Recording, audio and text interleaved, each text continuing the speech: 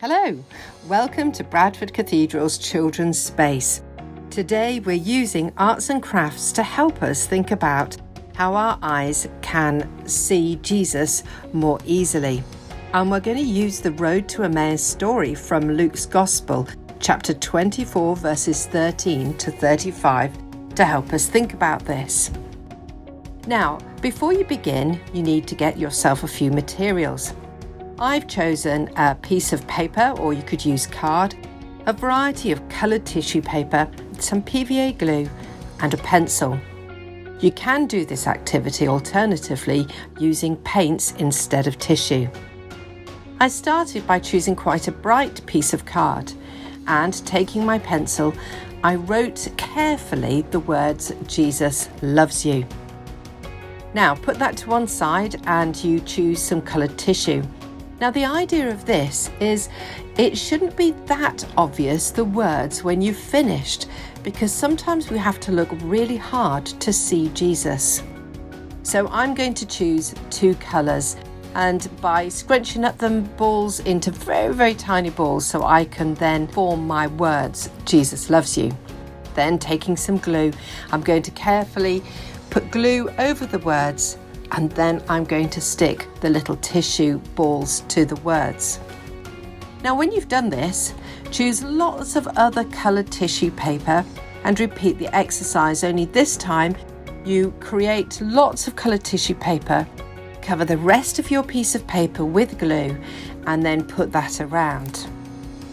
When you've done that, you've almost finished your picture.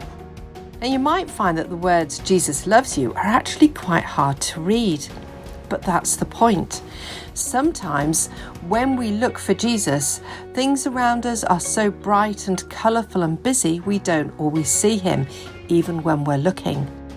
And on our story, The Road to Emmaus, the disciples had that problem themselves. Only this time, they weren't having happy thoughts. They were rather sad as they walked on their way to a village called Emmaus.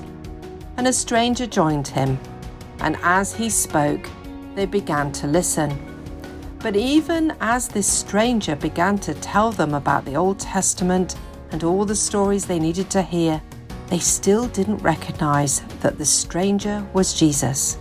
When they got to the end of their journey and the stranger wanted to carry on walking, they welcomed the stranger in to break bread and have food.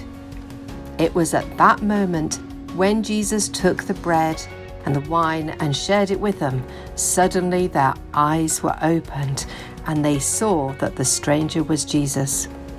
Now our pictures are bright and cheerful, but it's very easy sometimes to look but not see. But that doesn't mean Jesus isn't there, quite the opposite. He's always with us.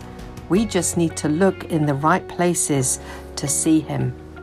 So how can our eyes be open to Jesus? Well, taking time to actually pray and read our Bibles and spend a bit of quiet time listening to Jesus or singing songs of praise will often mean our eyes begin to see Jesus in all the places he can be found. God bless, and thank you for joining us.